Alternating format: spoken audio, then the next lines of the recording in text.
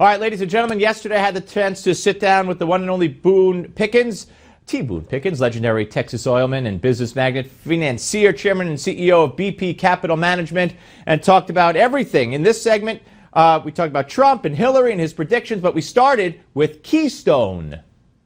As a patriotic American, the Keystone Pipeline is safe oil to the United States. That's exactly what it is. We're sitting over the Fifth Fleet guarding oil that we don't even need or use. Right. We could have the Keystone Pipeline and we wouldn't have to have anybody guarding it. Yeah, and it's all political nonsense, right? Absolutely political nonsense. All right, let me ask you about, speaking of they said they didn't want it to cross Nebraska because of the sensitive aquifer there. Yeah, could you I know the aquifer. That's the aquifer that crosses my ranch. It extends from Midland, Texas to South Dakota, across Nebraska, Texas Panhandle. That's where my ranch is. Right. There has been not one accident or anything else to damage that aquifer. They said they didn't want the pipeline passed. There are 51 pipelines that cross Nebraska. So a Republican administration would probably go ahead with Keystone? Yes. Well, they already passed it. And how? Yeah, but I mean the State Department and Obama vetoed it. Yeah. Speaking of the presidency, I know you're following the race to a certain extent. I know that you live in Texas, so you at least met Ted Cruz, I would imagine, a couple of times, and you probably met and know Donald Trump to a certain extent. Who's your horse in this race, if anybody? Well, if you look at it, I think Trump's going to win. The nomination or the presidency? Nomination. Okay. I think he'll win the presidency. How so? Why do you believe that? I can't imagine voting for Hillary Clinton.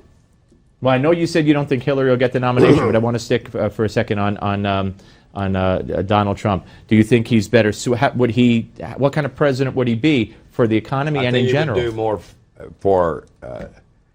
If you want change, Carl Icahn and I talked about this last week. If you want change, there's only one person that's going to change it. It's Trump. And everybody wants change. Economy and everything. Yes. Okay. Would you? I know he's mentioned that Carl Icahn is a supporter, could be an advisor. If he reached out to you, Donald Trump, would you be on his team or in an advisory capacity of some sort? I've talked to him. Okay, about being an advisor down the road? I don't need to be an advisor to anybody. Okay. I mean, if he wants to know anything, he could pick up the phone. That's right. And you have talked to him about, since he started running, you've talked to him? Yes. Okay, have you given him hints on policy? We've talked about oil. Yeah. Is what it is. And you believe that he's on the right track? I mean, I think he understands. Yeah. And you think he's reaching out to enough people such as yourself to, to solidify his bona fides, if you will, when it comes to being a president? Because sometimes it seems like he's winging it. I have no idea who he's in touch with. Yeah. I just don't know. I know Carl. Yeah. And Carl and I talk. And what about Cruz? What do you think of Cruz? He's a senator from Texas, but I don't hardly know him. Yeah. And Hillary, I know that you said at that fine dinner the other night, you don't think Hillary, if I heard you right, is going to be the nominee. What do you think it'll be? I've Bernie? said that for 2 years. Do you think it'll be Bernie or what? No, I think it'll either be Joe Biden or John Kerry. Joe Biden or John Kerry. So what? Will Hillary be indicted beforehand, you think? Or she seems to be on her way to get the number of delegates. I think she'll get the delegates, but I just haven't felt, I don't think she's physically up to it, but that's not going to eliminate her. It'll be some other reason.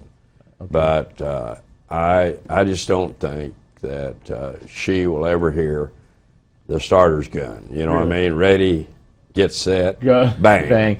I don't want to press you one more time, but so do you think it will be her email scandal, some scandal? All of it. All of it. She has so many things. Yeah. She is already one thing she's proven to the American people. She's not honest. I can't tell you what a pleasure, but before I let you go, I want to run a video. Can we run this video? You have made a challenge to Barack Obama. That's you. I believe that's you. There you go. Now you told me you curl 30 pounds. But that was a long time ago. Okay, but you could still do that. That was 5 years ago. Now you could do more. So you challenged Barack Obama to a cardio workout? I saw him, I think, faking a workout. He had either 5 pounds or 10 pounds. I've seen women lift them. and that's all. But I curl 30s. Wow. And in one arm? 30s in one arm? Of course. Oh, okay. You don't curl them with two That's arms. true. That's true. Yeah. But I do alternate them. Okay. And you're going to be 87 years old next month? 88. 88. God bless you. And I did sent to the White House. I said, let's work out together sometime. And what did they say? No response. No response. Are you surprised? He'd put Obama to shame. In the next segment, we talk about the price of oil, where it's going, where it's headed, and our energy policy. Don't go away.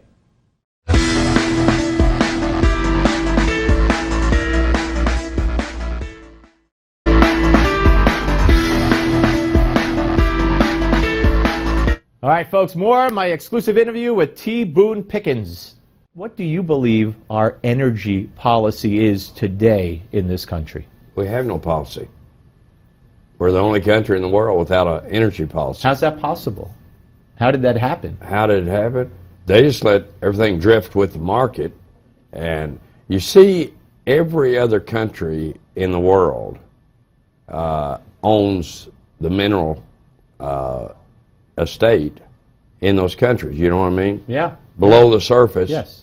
Germany, France, UK, Canada, Australia. United States is the only country that when you buy the farm, you get everything below the surface. And consequently, we don't have a state-owned oil company. See, all the others do. Yeah. They do have. And so it's all managed by the government. Not so in the United States. And so when you hear wind and solar and get off oil and that, where are we in that plan? There's nothing wrong with the idea. It's just there's no plan to accomplish anything. Tom Steyer, for instance, you know who he is. Sure, big Democratic contributor, fundraiser. Yeah. And Tom Steyer, he says, I want to get off of fossil fuels. And I said, Tom, tell me, what will you do if we get off fossil fuels? I said, there's 94 million barrels of oil produced in the world every day. 70% of that goes to transportation fuel. Now, you get off of fossil fuels, what will you do? You know how he answered? What did he say? He said, I would turn it over to the government and let them tell. I said, turn over to the government. I said, I can't imagine anybody turning anything over to the government. So where are we headed with the price of oil? Well, you're coming back up again because you've shut down all the drilling in the United States. You've shut down 80% of it. We had 1,609 rigs running in November of 14. Today we have 342. Wow. So you're shut down. But what's the rest of the world look like? Everybody has experienced a drop in the price of oil. But who did it hurt? It hurt the industry in the United States, but it helped the consumer.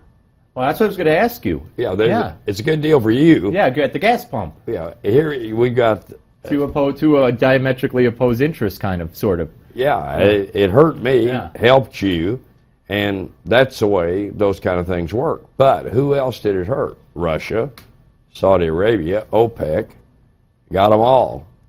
And it helped the rest of the world. It was like a huge, tax break for the world. But you see it, how far up, where do you see oil getting back up to, let's say, by the end of this year and in the next couple of years? By the end of this year, be $50 to $60 a barrel. And the end of 17, I'd say 70 to 80. What happens if these redacted pages from the 9/11 report come out and it implicates Saudi Arabia, the government, in any way, shape, or form in 9/11? And what happens if the Congress were to pass the bill that the Saudis don't want passed, where they'd be held responsible in court? Any country would be held responsible in court for a terrorist attack against Americans. They're threatening to pull out of assets in the United States. Are they bluffing? And yes, what? Yeah, I can tell you they're bluffing. How so? How do you know? Well, they're not going to pull out. Why not? It would cause them more problems than it would us. It isn't that big a deal to us. We can absorb anything they have pretty quickly.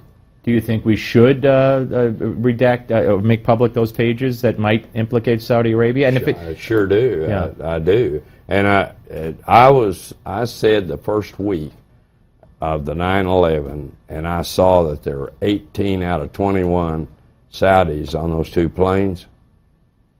I said, let me tell you, that's not a coincidence. Yeah. They're not our friends. And if they were involved? So, of the 17 million barrels today, we get about 1.2 million barrels. That's it. Of Saudi oil.